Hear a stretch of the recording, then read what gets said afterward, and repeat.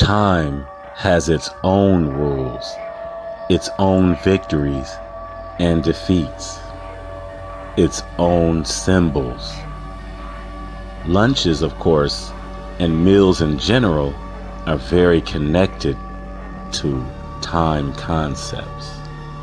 The power trick in lunch dates, apart from making sure that you're never kept waiting, is winning the preliminary battle to fix the meeting at a time of your choosing. Whether in a restaurant or elsewhere, the most important aspect of the time game is making people wait. The most familiar example being the old one of not speaking on the telephone until the other person is already on the line. A power struggle which can occupy many otherwise unproductive minutes in a busy executive's day. Buzz me when X is on the line, says the power player, while X is naturally telling his secretary to buzz him when Y is on the line. Some people play another form of this game by answering all their telephone calls themselves, asking the caller to wait just a second, then putting everyone on hold until they have 3 or 4 more people backed up waiting to speak to them. Those who play the power game seriously can never be free from the tyranny of time, and don't want to be, since a tightly packed schedule not only gives them a sense of importance, but is a perfect excuse for not doing whatever it is they don't want to do. A full calendar is proof of power, and for this reason, the most powerful people prefer small calendars, which are easily filled up, and which give the impression of frenetic activity, particularly if one's writing is fairly large.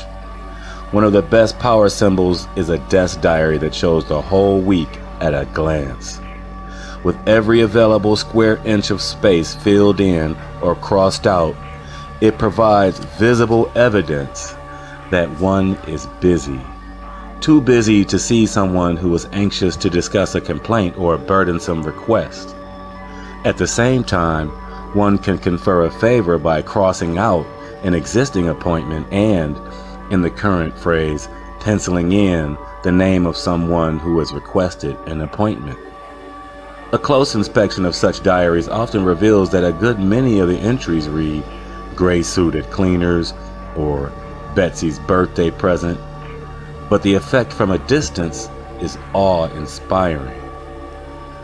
Another excellent tactic is to allow half an hour for meetings that are sure to last at least an hour, so that the people who have to see you afterward are obliged to wait without knowing quite when they'll be called for. This is the familiar standby game, in which people are warned to stand by for a meeting that was supposed to take place at 10 a.m. and probably won't begin until noon, or maybe even postponed until next week. In the meantime, of course, they are more or less obliged to stay close to their phones and may even have to cancel their lunch dates. The busier you can make yourself, the more you can impose your schedule on other people. The more you can impose your schedule on other people, the more power you have. The definition of power, in fact, is that more people inconvenience themselves on your behalf than those on whose behalf you would inconvenience yourself. At the very summit of power, the President of the United States, for example, almost everybody will wait, go without lunch, stand by, or give up dinner with a beautiful woman or a sexy man on your behalf. One doubts, for example, that everyone in the White House necessarily wants to rush through lunch in order to fly to Camp David in the presidential helicopter at the last minute, canceling their weekend plans and their golf dates. But when power beckons, most people follow, at whatever cost to their comfort and private lives. The important thing is to keep moving and drag as many people along in your wake as possible. A tight schedule is a guarantee of power, as anyone can tell from the description of David Rockefeller's departure from his office. The man who runs the garage at the Chase Manhattan Bank building has been keeping watch. When he saw David Rockefeller leave the Federal Reserve Bank of New York, he shouted, "Okay, Chester." No sooner has Chester pulled up the limousine than Mr. Rockefeller is into it. His aides are already waiting in the car, presumably having been sitting there for hours in the underground garage to be ready for the moment.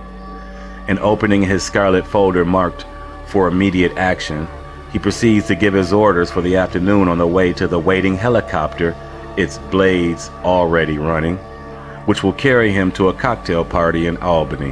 One might well ask whether a cocktail party in Albany is worth this kind of mobilized effort.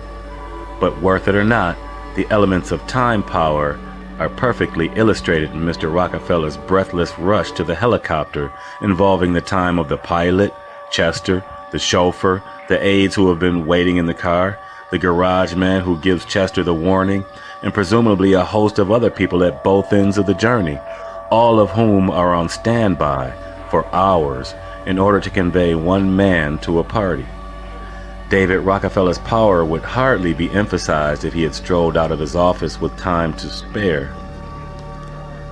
Closely allied with time is the ability to make other people perform the small, demeaning tasks of life for you.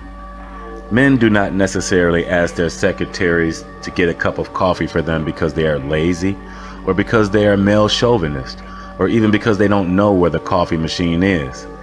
Getting one's own coffee is a sign that one's time is not at all important, and that it can be wasted on inconsequential personal chores. People who are power conscious would rather sit at their desks with their eyes closed thinking than get up and go for their own coffee, or collect their own dry cleaning, or fetch their own mail. In extreme cases, they insulate themselves from any trivial task. As John Z. DeLorean, the flamboyant former general manager of General Motors' car and truck division, put it, "I don't think the heads of state of many countries come close." GM's senior executives travel in private jet aircraft, limousines carry them to and fro. Teams of PR men fly in day or two before their visits to ensure that everything is in order, and check the hotel to make certain, among other things, that flowers are in place. The notion that one has no time for mundane details and that one's comfort and convenience are the responsibility of other people. In the words of one executive, "I've always somehow associated power with cleanliness, maybe because at heart we are all afraid of falling back into manual labor, of having to get our hands dirty, like our fathers or grandfathers. Right from the beginning, I've always noticed that powerful people never seem to get dirty. You take a rainy day in the city, when everyone arrives with wrinkled, wet trousers and wet shoes. Powerful people appear magically with knife-edged creases and shiny, dry shoes. How do they do it? I don't know. I can't even imagine it. Which is the reason, I suppose, that I'm down here on this floor and they're up there. Do they change when they arrive at the office? Do they walk around sealed in plastic baggies?